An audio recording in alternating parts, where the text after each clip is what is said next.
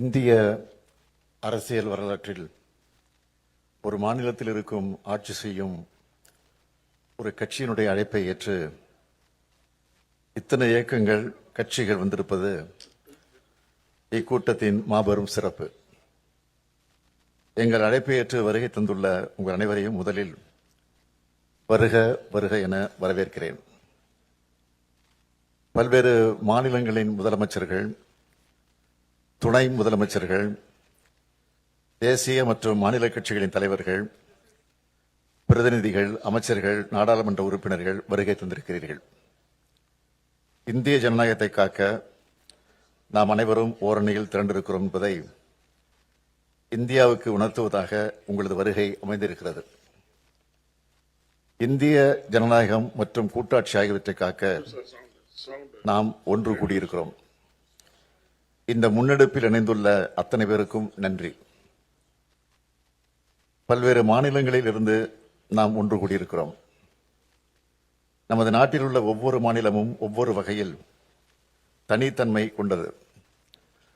பல்வேறு மொழிகள், இனங்கள், வழிபாட்டு நம்பிக்கைகள், பண்பாடுகள், உடைகள், உணவுகள், பழக்க வழக்கங்கள் கொண்டதுதான் இந்தியா. இத்தகைய மாநிலங்கள் சுயாட்சி தன்மையுடன் செயல்பட்டால்தான் இந்தியாவில் உண்மையான கூட்டாட்சி உருவாக முடியும், சிறந்த வளர்ச்சியை அடைய முடியும். அனைத்து தரப்பு மக்களும் போராடியதெல்லாம் நமது நாட்டிற்கு விடுதலை கிடைத்தது.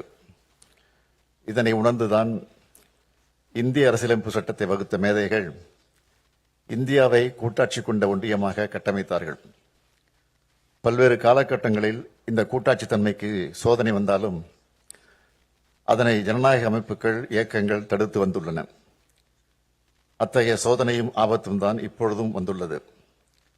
இதனை உணர்ந்துதான் நம் அனைவரும் கூடியிருக்கிறோம்.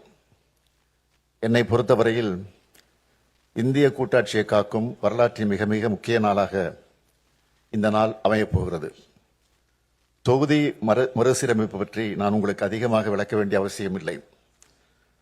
வரவிருக்கின்ற அல்லது எதிர்காலத்தில் நடைபெறுகின்ற சென்சஸ் அடிப்படையில் மேற்கொள்ளவிருக்கும் மக்கள் தொகை அடிப்படையிலான தொகுதி மறுசீரமைப்பு என்பது நம்மை போன்ற மாநிலங்களை வெகுவாக பாதிக்கப் போகிறது.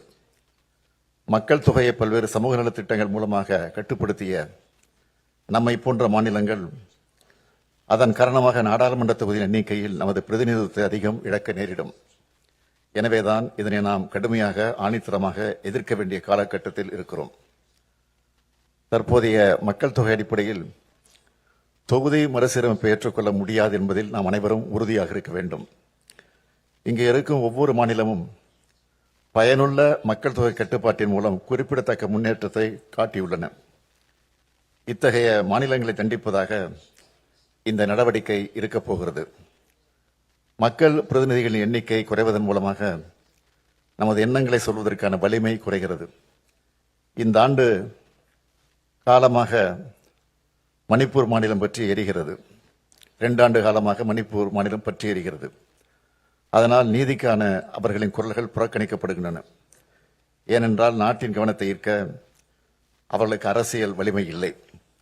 எனவே நாடாளுமன்ற தொகுதிகளின் எண்ணிக்கை குறைவது அல்லது நமது பிரதிநிதித்துவம் குறைவது என்பதை நம்முடைய அரசியல் வலிமையை குறைப்பதாகத்தான் பார்க்க வேண்டும். இது வெறும் எண்ணிக்கையை பற்றியது மட்டுமல்ல, இது நமது அதிகாரம், நமது உரிமைகள் மற்றும் நமது எதிர்காலத்தின் நலன்களை பற்றியது.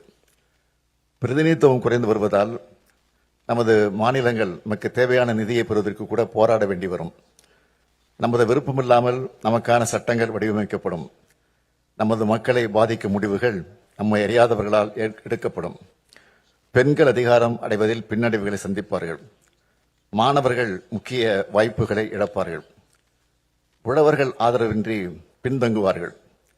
நமது பண்பாடு, அடையாளம் மற்றும் முன்னேற்றம் ஆபத்தை சந்திக்கும். காலங்காலமாக நாம் போற்றி பாதுகாத்து வரும் சமூக நீதி பாதிக்கப்படும். குறிப்பாக பட்டியலின பழங்குடி மக்கள் அதிகம் பாதிக்கப்படுவார்கள். தொகுதியில் எண்ணிக்கை குறைத்து அதை அனுமதித்தாலோ அல்லது நமது மாநில பிரதிநிதித்துவத்தை குறைக்க அனுமதித்தாலோ நம் சொந்த நாட்டில் நாமே அரசியல் அதிகாரம் இழந்த குடிமக்களாக மாறும் அபாயம் ஏற்படும். எனவேதான் தொகுதி மறுசீரமைப்பு விவகாரத்தை சாதாரணமாக கருதக்கூடாது என்று சொல்கிறேன். இன்னொன்றை நான் தெளிவாக சொல்கிறேன். ஜனநாயக பிரதிநிதித்துவத்தை வலுப்படுத்தும் எந்த ஒரு நடவடிக்கையும் நாம் எதிர்க்கவில்லை. ஆனால் அந்த நடவடிக்கையானது நியாயமான அரசியல் பிரதிநிதித்துவத்தை பாதிக்கக்கூடாது என்று தான் சொல்கிறோம். இந்த போராட்டம் மறுசீரமைப்புக்கு எதிரானதல்ல. இந்த போராட்டம் நியாயமான தொகுதி மறுசீரமைப்பு வலியுறுத்துகிறது என்பதை அனைவரும் ஏற்றுக்கொள்வீர்கள் என்று நினைக்கிறேன். இதனை உணர்ந்து தமிழ்நாட்டில் உள்ள அனைத்து கட்சியின் கூட்டத்தை நான் கூட்டினேன். தற்போதைய மக்கள் தொகை அடிப்படையில் தற்போதுள்ள 543 மக்களவைத் தொகுதியில் மறுசீரமைப்பு செய்யப்பட்டால் தமிழ்நாடு 8 இடங்களை இழக்கும் என்பதை நான் தெளிவுபடுத்தினேன். நாடாளுமன்றத்தின் மொத்த இடங்களின் எண்ணிக்கை அதிகரிக்கப்பட்டால் தமிழ்நாடு 12 இடங்களை இழக்க நேரிடும். இது நமது அரசியல் பிரதிநிதித்துவத்திற்கு நேரடி அடியாகும் என்று சொன்னேன். மறுநாளை கோயம்புத்தூரில் ஒன்றிய உள்துறை அமைச்சர் அமித்ஷா அவர்கள் ஒரு நிகழ்ச்சியில் பங்கெடுத்து உரையாற்றும் போது தமிழ்நாடு மற்றும் பிற தென் மாநிலங்கள் விகிதாச்சார அடிப்படையில் நாடாளுமன்ற இடங்களை இழக்காது என்று கூறினார். உள்துறை அமைச்சரின் விளக்கம் தெளிவாக இல்லை, குழப்பமாகத்தான் இருந்தது. 2023ஆம் ஆண்டு தெலுங்கானா மாநிலத்தில் பரப்புரை செய்ய வந்த பிரதமர் மோடி அவர்கள் சாதிவாரி கணக்கெடுப்பு நடத்தி மக்கள் தொகை அடிப்படையில் சமூகங்களுக்கு பிரதிநிதித்துவம் வழங்க வேண்டும் என காங்கிரஸ் கட்சி சொல்கிறது. அடுத்ததாக தொகுதி மறுவரை நடக்க உள்ளது. காங்கிரஸ் கட்சி சொல்வதைப் போல மக்கள் தொகை அடிப்படையில் மக்களவைத் தொகுதி மறுவரை செய்யப்பட்டால் தென் மாநிலங்கள் 100 தொகுதிகளை இழக்க நேரிடும். தென்னிந்திய மக்கள் இதனை ஏற்பார்களா என்று கேட்டார் பிரதமர். இதன் அடிப்படையில் பார்த்தால் தொகுதியில் எண்ணிக்கை குறையும் என்பதை அவரே ஒப்புக்கொண்டுள்ளார் என்பதை உணரலாம். எப்பொழுதும் மாநில உரிமைகளை பறிக்கிற கட்சியாக பாஜக இருந்துள்ளது. அவர்கள் தங்களது உள்நோக்கத்தை தொகுதி சீரமைப்பு திட்டத்தில் செய்ய நினைக்கிறார்கள். இதனை எந்த மாநிலமும் அனுமதிக்கக்கூடாது. இந்த அச்சுறுத்தலை உணர்ந்து முன் எப்போதும் இல்லாத ஒற்றுமையுடன் தமிழ்நாடு செயல்பட்டு வருகிறது. இதே போன்ற ஒற்றுமையை இந்த அரங்கில் உள்ள அனைத்து மாநிலங்களும் காட்ட வேண்டும் என்று கேட்டுக்கொள்கிறேன்.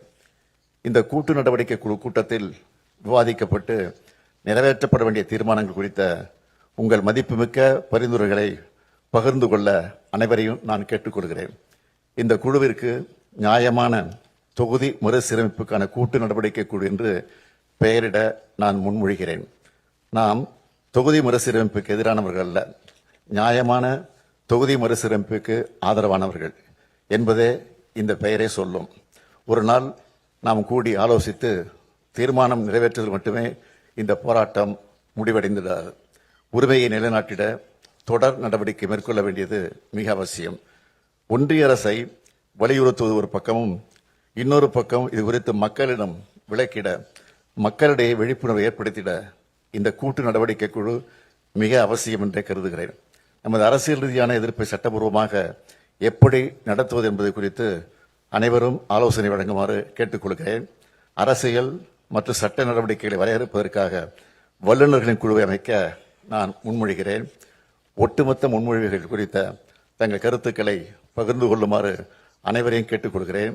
ஒற்றுமை உணர்வோடு அனைவரும் ஒன்றுபட்டு போராடினால்தான் வெற்றி பெற முடியும்.